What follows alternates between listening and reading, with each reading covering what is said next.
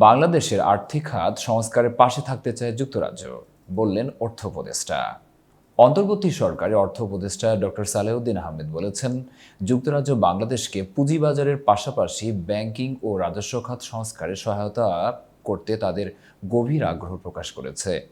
মঙ্গলবার ২৭শে আগস্ট সকালে পরিকল্পনা ও অর্থ উপদেষ্টা ডক্টর সালেউদ্দিন আহমেদের সঙ্গে সৌজন্য সাক্ষাৎকার শেষে সাংবাদিকদের এই কথা বলেন ঢাকায় নিযুক্ত British high commissioner Sarah cook.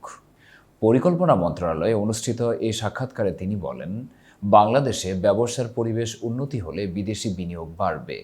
ব্যবসার পরিবেশ উন্নতি করতে যে ধরনের সংস্কার বাংলাদেশে করবে তার পাশে থাকবে ব্রিটিশ সরকার। অন্তর্বর্তীকালীন সরকার বিদেশি বিনিয়োগ ও বেসরকারি খাতের সম্প্রসারণকে অগ্রাধিকার দিয়ে দেশের আর্থিক খাত সংস্কারের উদ্যোগ নিয়েছে জানিয়ে অর্থ উপদেষ্টা ডক্টর সালেউদ্দিন আহমেদ বলেন, ব্যবসার পরিবেশ সহজ করা এই সরকারের লক্ষ্য। এরই মধ্যে সামাজিক পরিবেশ সংস্কারে কাজ করছে সরকার। এ খাতে সংস্কার করতে হলে আগে পুঁজিবাজার, ব্যাংকিং, আর্থিক খাত সংস্কার করতে হবে। এ সময় বিনিয়োগ বান্ধব পরিবেশ নিশ্চিত করতে না পারলে বিদেশি বিনিয়োগ আর বেসরকারি খাতের সম্প্রসারণ সম্ভব নয় বলে স্মরণ করিয়ে দেন অর্থ উপদেষ্টা। এতক্ষণ বার্তা বৈঠকের সাথে থাকার জন্য ধন্যবাদ। নতুন নতুন তথ্য ও সংবাদ পেতে বার্তা বৈঠক ইউটিউব চ্যানেল ও ফেসবুক পেজের সাথেই থাকুন।